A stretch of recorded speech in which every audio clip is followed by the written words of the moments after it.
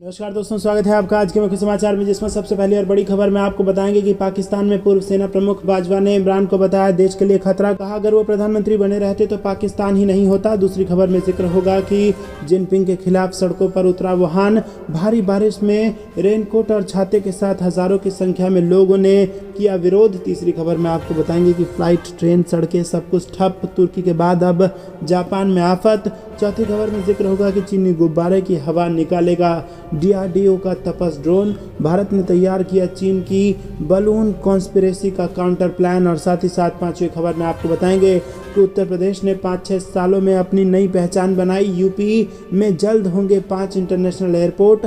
Global investor summit में बोले PM Modi. दोस्तों, हर एक खबर की गहरा में आपको ले जाएंगे, लेकिन उससे पहले अगर आपको भी देश की सेना और पीएम मोदी पर पूरा भरोसा है और आपको भी ऐसा लगता है कि 2024 में फिर से बनेगी भाजपा की सरकार, तो वीडियो को लाइक, चैनल को सब्सक्राइब और बेल आइकन दबाकर कमेंट में लिखिए जय हिंद। रुक करते हैं सबसे पहली और बड़ी खबर की तरफ। पूर्व सेना प्रमुख बाजवा ने इमरान खान को बताया देश के लिए खतरा। कहा अगर वो प्रधानमंत्री बने रहते तो पाकिस्तान ही नहीं होता। जी हां दोस्तों, पूर्व सेना प्रमुख कमर जावेद बाजवा ने कहा कि पाकिस्तान तहरीक-ए-इंसाफ पार्टी के नेतृत्व वाली सरकार देश के लिए खतरा है। पाकिस्तान टुडे की रिपोर्ट के अनुसार बाजवा ने दावा किया कि अगर उनके नेता इमरान खान प्रधानमंत्री बने रहते तो कोई पाकिस्तान ही नहीं होता, क्योंकि इससे देश का अंततः विनाश होता। सरकार से संबंध रखने वाले पत्रकार जावेद चौधरी के साथ एक चर्चा में बाजवा ने आरोप लगाया कि कैबिनेट की बैठक के दौरान खान ने सऊदी क्राउन प्रिंस मोहम्मद बिन सलमान को संदर्भित करने के लिए एक पंजाबी शब्द का इस्तेमाल किया। रुक करते हैं अगली ब्रेकिंग न्यूज की तरफ। जिनपिंग के खिलाफ सड़कों पर उतरा वुहान। भारी बारिश में रेनकोट और छाते के साथ हजारों की संख्या में लोग नजर आए। जी दोस्तों, चीन में जिनपिंग सरकार के खिलाफ आक्रोश बढ़ता ही जा रहा है। चीन के वुहान में हजारों लोग सरकार के खिलाफ सड़कों पर उतर आए हैं। ये लोग सरकार की मेडिकल इंश्योरेंस पॉलिसी से नाराज हैं।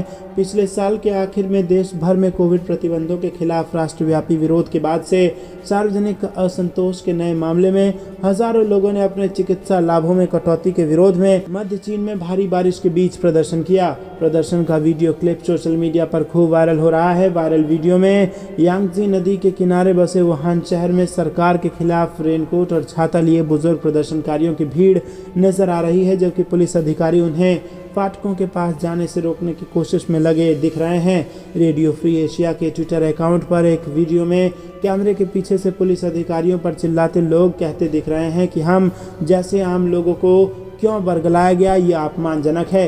रुक करते हैं अगली ब्रेकिंग न्यूज की तरफ। फ्लाइट, ट्रेन, सड़कें सब कुछ ठप। तुर्की के बाद अब जापान में आई आफत। जी हाँ दोस्तों, जापान में शुक्रवार को भारी बर्फबारी ने आफत मचा दी। इससे देश में ट्रेनें और विमान सेवाएं प्रभावित हुई हैं।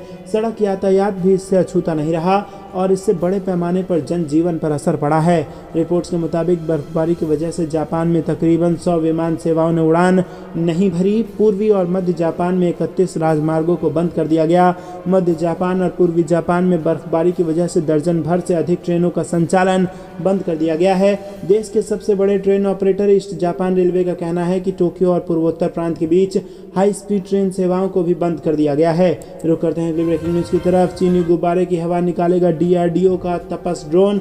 भारत ने तैयार किया चीन की बैलून कॉन्स्पिरेसी का काउंटर प्लान। जी दोस्तों, अमेरिका द्वारा चीन के स्पाई बैलून को मार गिराने के बाद भारत समेत कई देशों पर चीन की अपने ऐसे स्पाई बैलून्स के जरिए निगरानी की खबरें सामने आई हैं।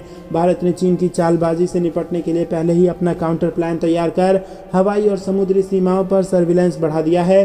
चीन के बदलते तरीकों से अपने इम्पोर्टेंट इंफॉर्मेशन और डेटा को बचाने के लिए भारत ने आधुनिकतम तकनीक के जरिए काउंटर बलून योजना लागू कर दी है।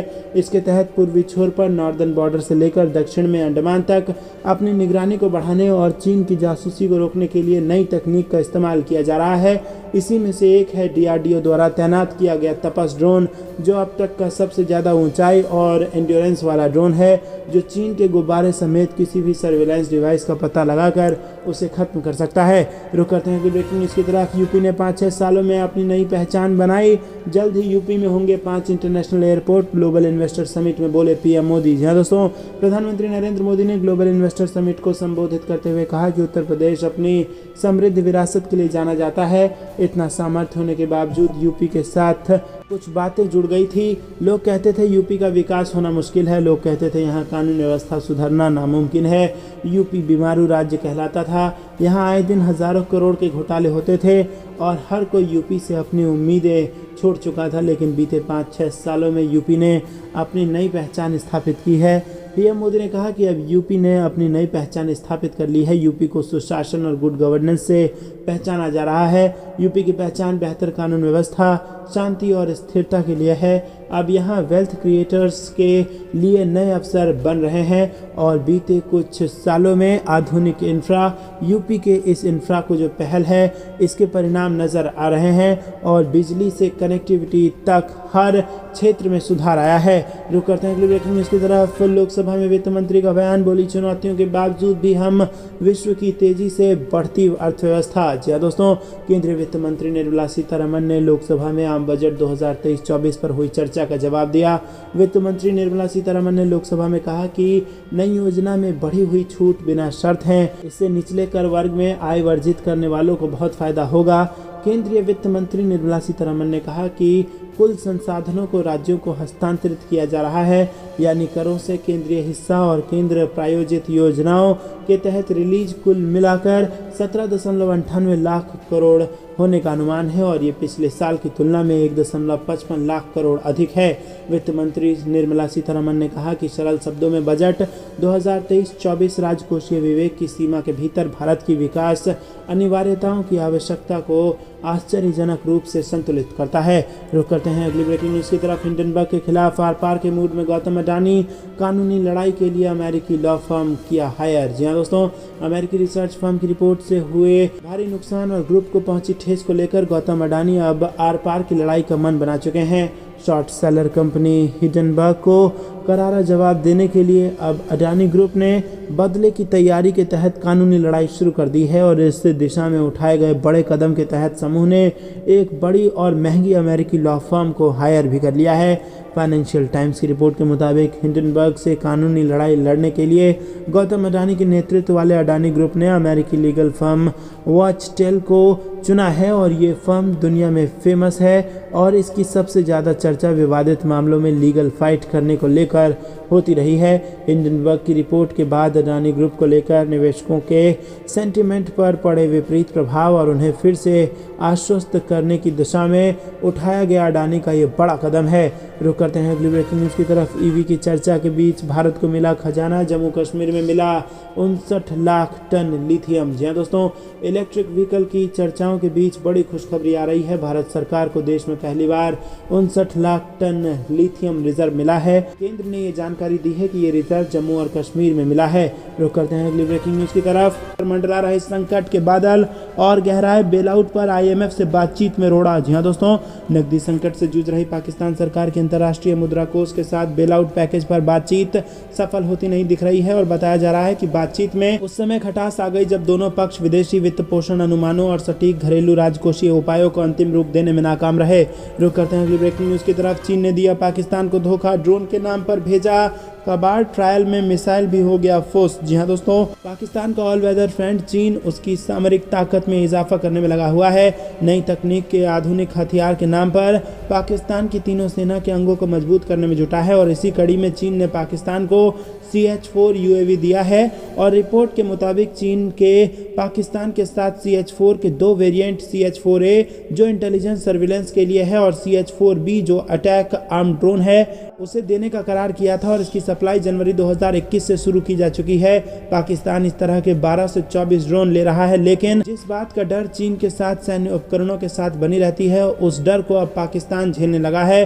खुफिया रिपोर्ट्स के मुताबिक CH-4 ड्रोन के ढांचे में क्रैक आने लगे हैं और इस बात की जानकारी पाकिस्तान की तरफ से चीन को दे दी गई है। तो दोस्तों, फिर से चीन ने पाकिस्तान को घटिया माल देकर जबरदस्त मजाक पाकिस्तान के साथ कर दिया है। रुक करते हैं ब्रेकिंग न्यूज़ की तरफ। बड़े मिशन पर भारत के जेम्स बॉन्ड पुतिन से की मुलाकात, आतंकवाद पर पाकिस्तान को सीधी चेतावनी। जी दोस्तों, आतंकवाद एक ऐसा मुद्दा है जिसको लेकर दुनिया भर के देशों की कोशिशें हैं कि इसके खिलाफ एकजुट होकर लड़ा जाए। भारत के NSA अजीत डोभाल ने रूसी राष्ट्रपति व्लादिमीर पुतिन से मुलाकात की है। राष्ट्रपति पुतिन के साथ भारत के NSA डोभाल और ईरान के NSA के बीच बैठक हुई। मॉस्को में भारतीय दूतावास ने ट्वीट कर बताया कि एनएसए अजीत डोभाल ने रूसी राष्ट्रपति पुतिन से मुलाकात की। द्विपक्षीय और क्षेत्रीय मुद्दों पर व्यापक चर्चा। भारत रूस रणनीतिक साझेदारी को लागू करने की दिशा में काम जारी रखने पर सहमत हुए। अजीत डोभाल ने पाकिस्तान पर निशाना साधा और इस दौरान उन्होंने आतंक के खिलाफ सामूहिक प्रयास का आह्वान किया। एनएसए अजीत डोभाल ने बिना नाम लिए पाकिस्तान को सीधा संदेश दिया। उन्होंने साफ शब्दों में कहा कि किसी भी देश को अफगानिस्तान की ज़मीन का इस्तेमाल आतंकवाद के लिए नहीं करना चाहिए। मॉस्को में अफगानिस्तान पर 5वीं क्षेत्रीय वार्ता में भाग लेते हुए भारत के राष्ट्रीय सुरक्षा सलाहकार अजीत डोभाल ने जोर देकर कहा कि भारत ज़रूरत के समय में अफगान लोगों को कभी नहीं छोड़ेगा।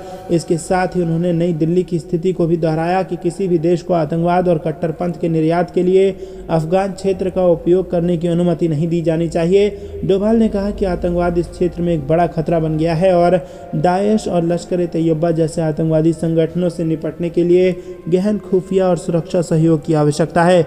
रुक करते हैं अगली ब्रेकिंग न्यूज़ की तरफ। भारत का आभार और पाकिस्तान के पीएम को इनकार, मदद पाकर बदल गया तुर्की का रवैया। जी हाँ दोस्तों, कभी कश्मीर के मुद्दे पर भारत को सीख देने वाले तुर्की का रवैया अब बदलता दिख रहा है।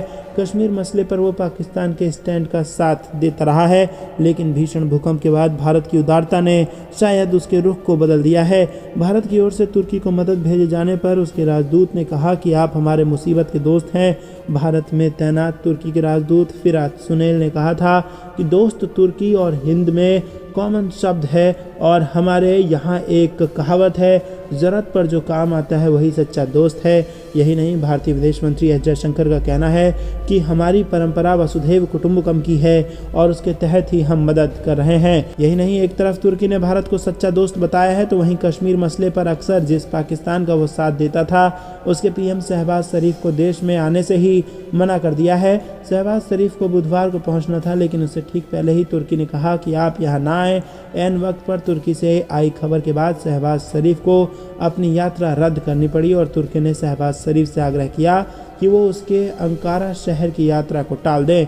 तुर्की ने कहा कि हम इस समय संकट की स्थिति में हैं और लोगों के बचाव का काम तेजी से चल रहा है और ऐसी स्थिति में आपका यहाँ आना ठीक नहीं रहेगा। रुक करते हैं अगली ब्रेकिंग न्यूज़ की तरफ। खुद को खपाना पड़ेगा तो खपाएंगे, लेकिन देश की आशाओं को चोट नहीं पहुंचने देंगे, पीएम मोदी की सदन में दहाड़। जी हाँ दोस्तों, राज्यसभा में राष्ट्रपति के अभिभाषण के धन्यवाद प्रस्ताव पर चर्चा के दौरान विपक्षी सांसदों की वेल में नारेबाजी के बीच प्रधानमंत्री नरेंद्र मोदी ने कहा कि कीचड़ उसके पास था, मेरे पास गुलाल, जो भी जिसके पास था उसने दिया उछाल। जितना कीचड़ उछालोगे उतना कमल खिलेगा। कमल खिलाने में आपके योगदान की मैं सराहना करता हूं।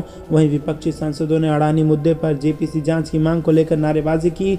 राज्यसभा के सभापति उपराष्ट्रपति जगदीप धनखड़ ने उनके इस रवैये पर नाराजगी जताई और विपक्षी सांसदों की नारेबाजी के बीच प्रधानमंत्री नरेंद्र मोदी ने अपना भाषण जारी रखा। पीएम मोदी ने कहा कि इस सदन में जो कुछ कहा जाता है उसे देश ध्यान से सुनता है। कुछ सांसद इस सदन को बदनाम कर रहे हैं और उन्होंने कहा कि विश्वास बहुत बड़ी ताकत है, जनता का विश्वास हमने जीता है। मेहनत पड़ी, लेकिन दूर दराज के गांव को आशा की किरण दिखाई है। पहले की सरकारों में कुछ घंटे बिजली आती थी, पहले एक खंबा गढ़ते थे तो उसकी सालगिरह मनाते थे। आज 22 घंटे बिजली का प्रयास किया जा रहा है और उसके लिए नई ट्रांसमिशन लाइनें बिछानी पड़ी, सौर ऊर्जा लगानी पड़ी। हमने लोगों को उनके साध्य पर नहीं छोड़ दिया। हमने देश का आगे आने वाला कल उज्जवल बनाने का काम किया। हमने खुद पर दबाव बनाया, मेहनत वाला रास्ता चुना।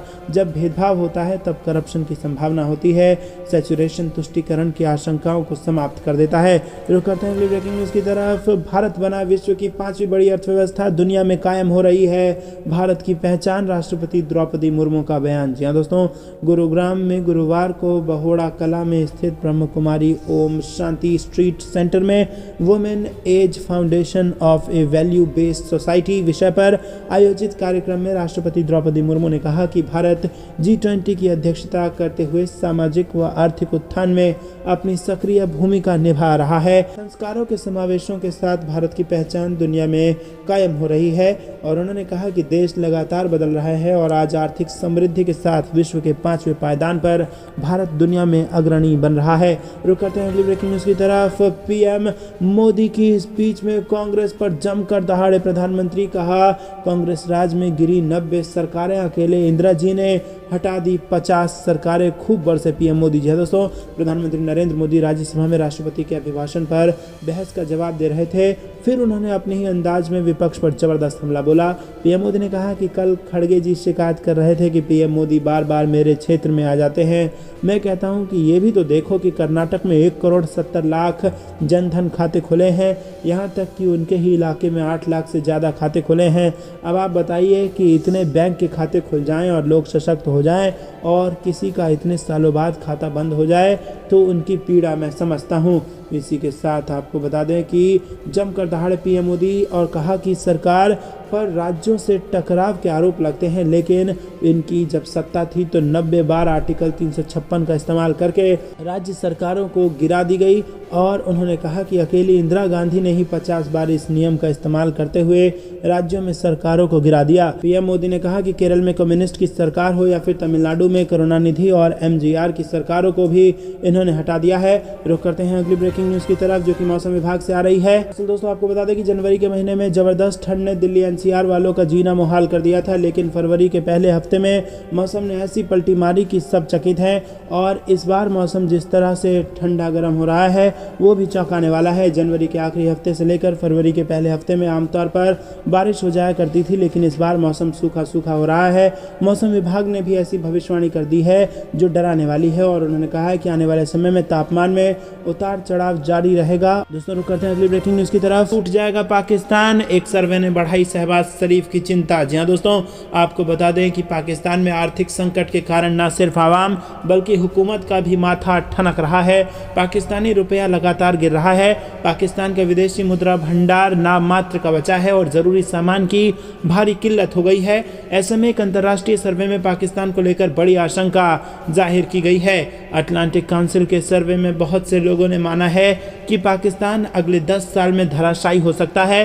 अटलांटिक काउंसिल के इस सर्वे से पाकिस्तानी राजनेताओं को पसीने छूट गए हैं, क्योंकि पाकिस्तान में पहले भी कभी लोकतांत्रिक सरकारें अपना कार्यकाल पूरा नहीं कर पाई हैं। वहां मुल्क की बागडोर बार बार सेना और सैन्य तानाशाहों के हाथों में रही है। शहबाज शरीफ से पहले पाकिस्तान में इमरान खान की सरकार थी और वो भी कार्यकाल पूरा नहीं कर पाई थी। रुक करते हैं अगली ब्रेकिंग न्यूज की तरफ। नापाक साजिश फिर से हुई नाकाम, बीएसएफ ने एक और पाकिस्तानी ड्रोन को मार गिराया। भारतीय क्षेत्र में हुआ था ये दाखिल। जी हाँ दोस्तों, आपको बता दें कि सीमा सुरक्षा बल के जवानों ने पंजाब के अमृतसर जिले में पाकिस्तान से आए एक ड्रोन को गोलीबारी कर मार गिराया है। जानकारी के मुताबिक ड्रोन देर रात को भारतीय क्षेत्र में दाखिल हुआ था। बीएसएफ ने बताया कि 7-8 फरवरी की देर रात के दौरान पंजाब के अमृतसर सेक्टर में अंतर्राष्ट्रीय सीमा पर तैनात बीएसएफ के जवानों ने बीओपी बाबा पीर के एओआर में पाकिस्तान की ओर से भारतीय क्षेत्र में घुसपैठ करने वाले एक ड्रोन का पता लगाया और इसके बाद बीएसएफ के जवानों ने ड्रोन पर ताबड़तोड़ गोलीबारी की और सभी काउंटर ड्रोन उपाय को तैनात किया। वहीं बीएसएफ ने बताया कि गोलीबारी के चलते पाकिस्तानी ड्रोन वापस लौट रहा ड्रोन अंतर्राष्ट्रीय सीमा के पार पाकिस्तानी क्षेत्र में गिर गया और घटना के बाद जवानों ने वरिष्ठ अधिकारियों को सूचना दी और फिलहाल आसपास के इलाकों में तलाशी अभियान चलाया जा रहा है ताकि पता लगाया जा सके कि कहीं ड्रोन के जरिए कोई ड्रग्स या हथियार तो नहीं गिराए गए। रुक करते हैं अगली ब्रेकिंग न्यूज की तरफ। स्पाई बैलून पर बाइडेन की चीन को कड़ी चेतावनी, कहा हम टकराव नहीं चाहते लेकिन नुकसान पहुंचाया तो तगड़ा जवाब मिलेगा। जी हाँ दोस्तों, यूएस प्रेसिडेंट जो बाइडेन ने बुधवार को दूसरी बार स्टेट ऑफ द यूनियन को संबोधित किया और इस दौरान उन्होंने कहा कि अगर चीन खतरा पैदा करेगा तो अमेरिका अपनी सुरक्षा के लिए जरूरी कदम उठाएगा। चीन के साथ बैलून विवाद पर बाइडेन ने कहा कि मैं चीन के साथ अमेरिका और दुनिया के हितों के लिए काम करने को तैयार हूं, लेकिन अगर वो हमें नुकसान पहुंचाएंगे तो हम अपनी रक्षा जरूर करेंगे। अमेरिकी राष्ट्रपति ने कहा कि मेरे पद संभालने से पहले चीन अपनी ताकत बढ़ा रहा था और अमेरिका पीछे छूट रहा था, लेकिन अब ऐसा नहीं है। मैंने चीनी राष्ट्रपति शी जिनपिंग के साथ बातचीत में साफ कर दिया था कि हम कॉन्फ्लिक्ट नहीं कंपटीशन चाहते हैं और हम अमेरिका को और मजबूत बनाने के लिए काम कर रहे हैं। साथ ही हम अपनी एडवांस टेक्नोलॉजी की रक्षा के लिए साथी देशों के साथ काम कर रहे हैं जिससे कोई और इसका गलत फ़ायदा ना उठा सके। हम चीन या दुनिया के किसी भी देश के साथ कंपटीशन के लिए सबसे मजबूत स्थिति में हैं।